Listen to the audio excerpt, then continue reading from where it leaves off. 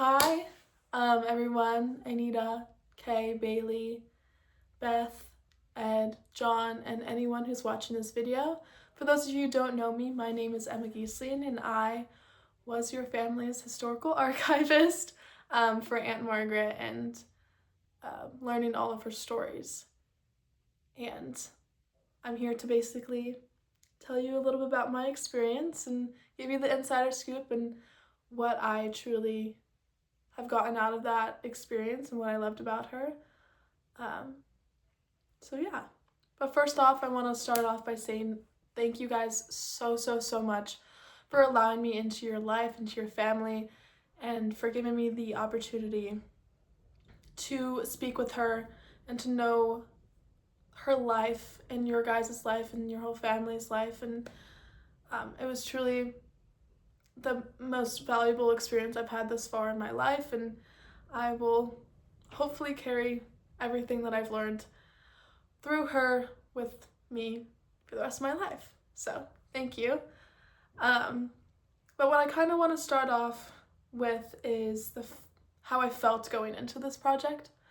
I was a little nervous because it is a little nerve-wracking knowing that my actions and what I do would affect a lot of people and your entire family, and what I would write down would help you guys so much of knowing your familial history. So it was a little nerve-wracking going into that, knowing how much impact I had, and also just meeting this woman who had so much history of her. She had so much wisdom, she had so much life, and my little 17-year-old self didn't really have much. So I thought I couldn't really learn, she couldn't really learn from me, but even though I knew I was going to learn so much from her, that I thought this relationship was going to be a little bit one-sided in a way, and that was never the case. And I'm so very glad that it wasn't. She always made me feel welcome, always made me feel like she was also learning from me, which was great because generational gaps are always hard to maneuver around and figure out how to how to connect with them, because you're in so different parts of your life that it'll always be a little bit challenging to find that common ground, find that place where you guys can connect with each other. But it honestly wasn't hard at all. After the first couple times of us, talking with each other, I was trying to figure out her and figure out different ways that I can ask some questions to get her life on paper, basically. And it was pretty easy. We eventually got into a rhythm of me asking questions, she was asking questions about me and my life, even though it wasn't truly very interesting at that point in my life, but because I always wanted to just talk about her because she had 95 years of experience of life, of different things that I would never imagine me knowing about and or obviously experiencing, because I was not born yet, but I just always wanted to talk to her. And it was amazing. I loved hearing about her time in Pennsylvania, living with her 11 siblings. That was always the craziest experience because I only have one sister, so I never really knew anything outside of that and what that was like. She talked about how she basically lived through every historical event ever. That was she knew where she was in each event. She knew what she was doing during each time. She knew so much about what was going outside of these big historical events. She remembered so much, and it was so crazy to me to know how sharp her mind was. I never met someone like as old as she was who was so still there in her mind, and it always shocked me by the amount of things that she could remember. Because my grandpa, he's 85 and he still sometimes forgets things about his past. So I always thought that was amazing, and I was so intrigued by everything that came out of her mouth, because I don't know, you never get the chance to hear about someone from that time of age. And I think meeting her allowed me to love meeting people.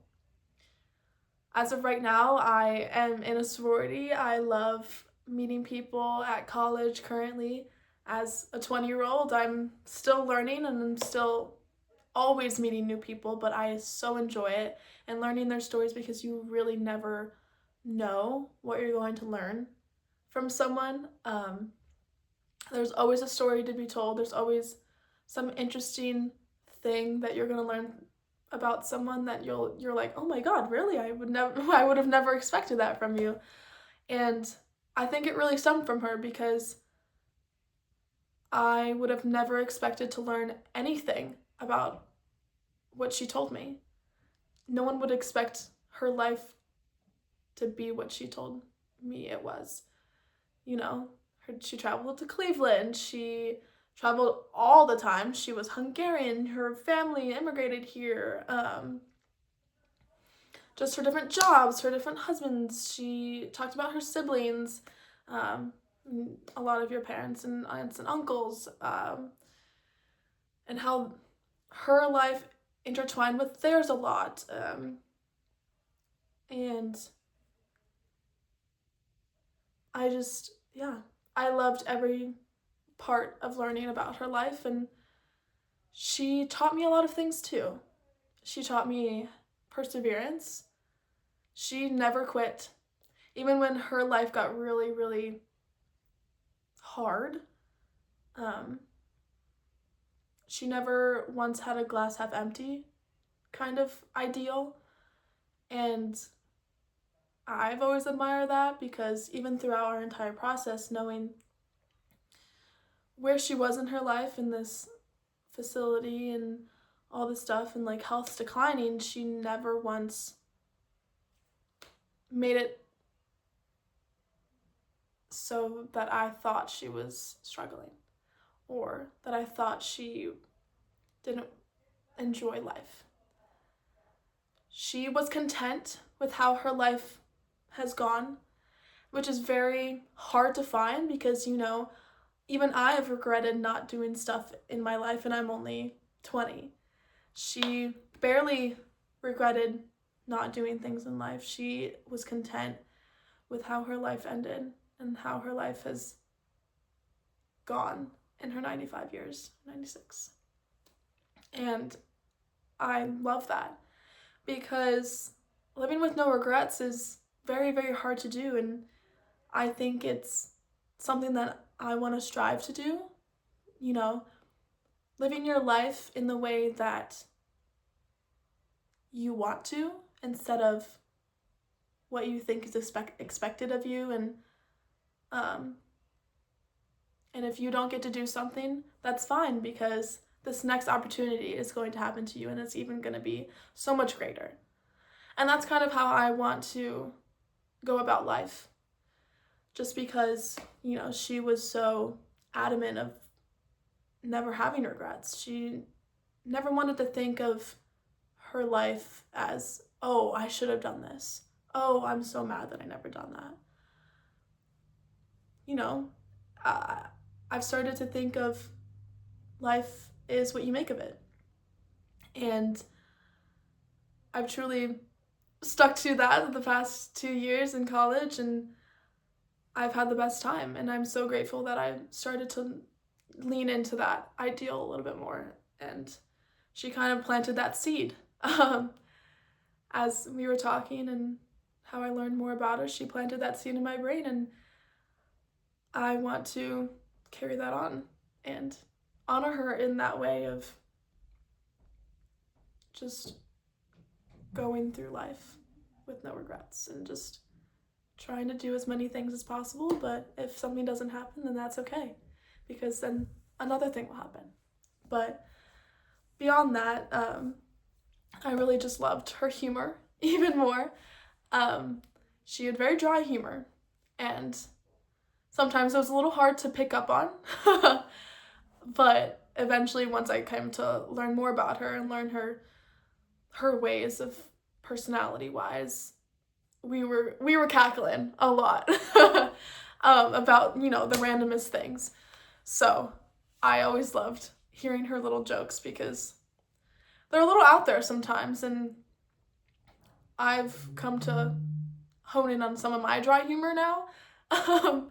And it always reminds me of her because sometimes I'm like, oh, that came out of my mouth, but it was funny. So I loved just laughing with her and joking with her. And yeah, I fully loved everything about her. And I was always so grateful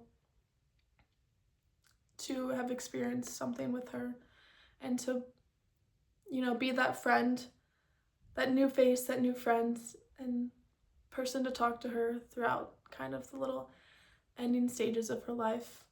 And I'm, again, so grateful that you guys gave me that opportunity to talk to her. And I know this video is getting a little long, but what I would say to those who loved her is she was awesome. She was everything that I needed in that time of my life, and she was the type of person to really set an example for people, to truly give off so much of her wisdom, her personality, and her just tenacity to other people, to where if you loved her, to love her is to know her. And I'm just forever grateful to have known her. And I wish I could be there with you guys, and I hope everyone takes a little bit part of her with you for the rest of your life. And, tap into that dry humor a little bit as you get on with life, and, live with no regrets, live glass half full, and try to do things in her honor, knowing that she lived such a full life and full of life, and she was just an amazing person, and I'm so glad I had the privilege of knowing her. So thank you guys for listening. Yeah, thanks. Bye.